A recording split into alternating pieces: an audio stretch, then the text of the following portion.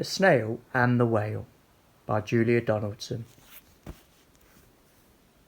The sea snail slithered all over the rock, and gazed at the sea and the ships in the dock. And as she gazed she sniffed and sighed. The sea is deep and the world is wide. How I long to sail, said the tiny snail.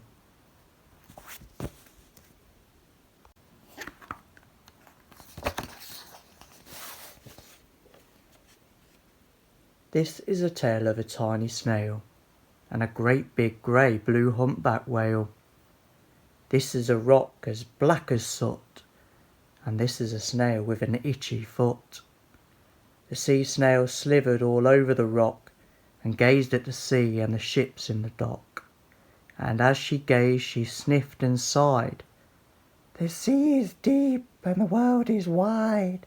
How I long to sail, said the tiny snail.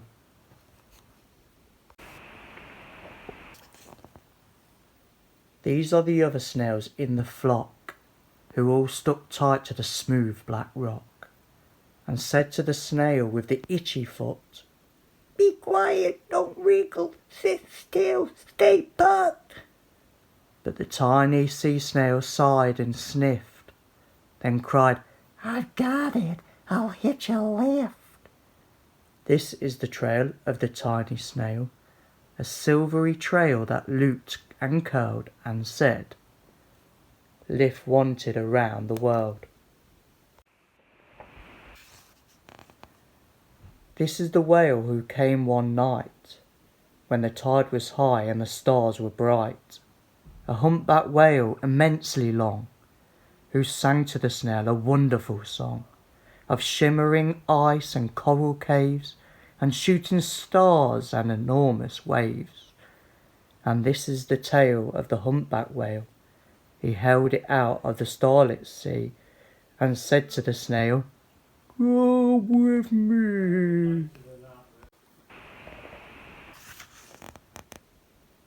This is the sea, so wild and free, that carried the whale and the snail on his tail to towering icebergs and far-off lands,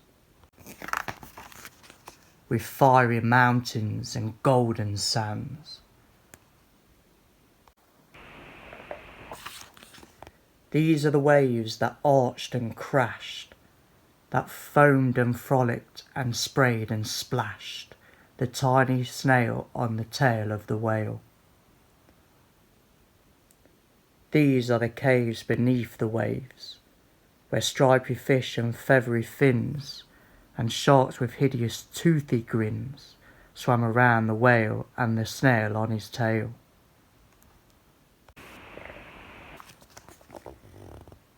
This is the sky so vast and high, sometimes sunny and blue and warm, sometimes filled with a thunderstorm, with zigzag lightning flashing and frightening the tiny snail on the tail of the whale.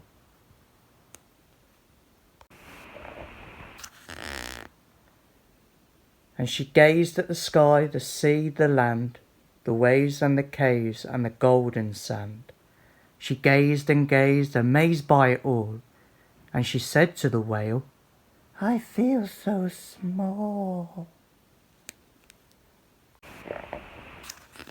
But then came the day the whale lost his way. These are the speedboats running a race, zigging and zooming all over the place, upsetting the whale with their ear-splitting roar, making him swim too close to the shore. This is the tide slipping away,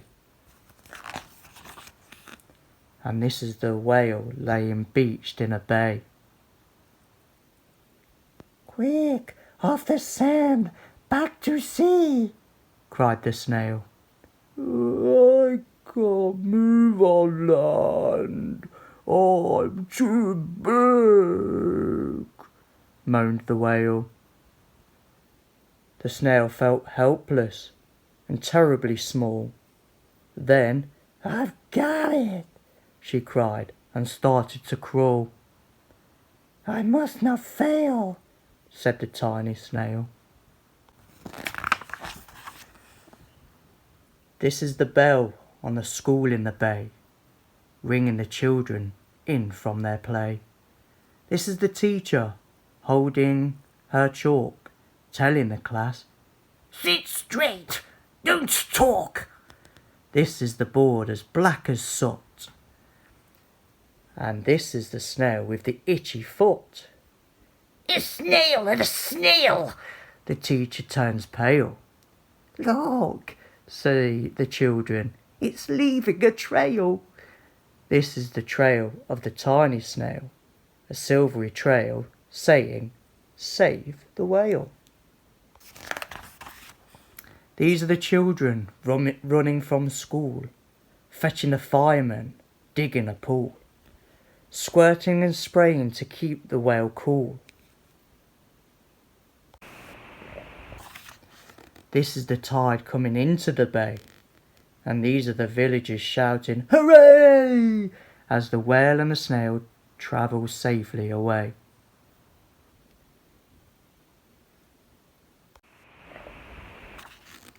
Back to the dock and the flock on the rock, who said, "How time's flown!" and "Haven't you grown?"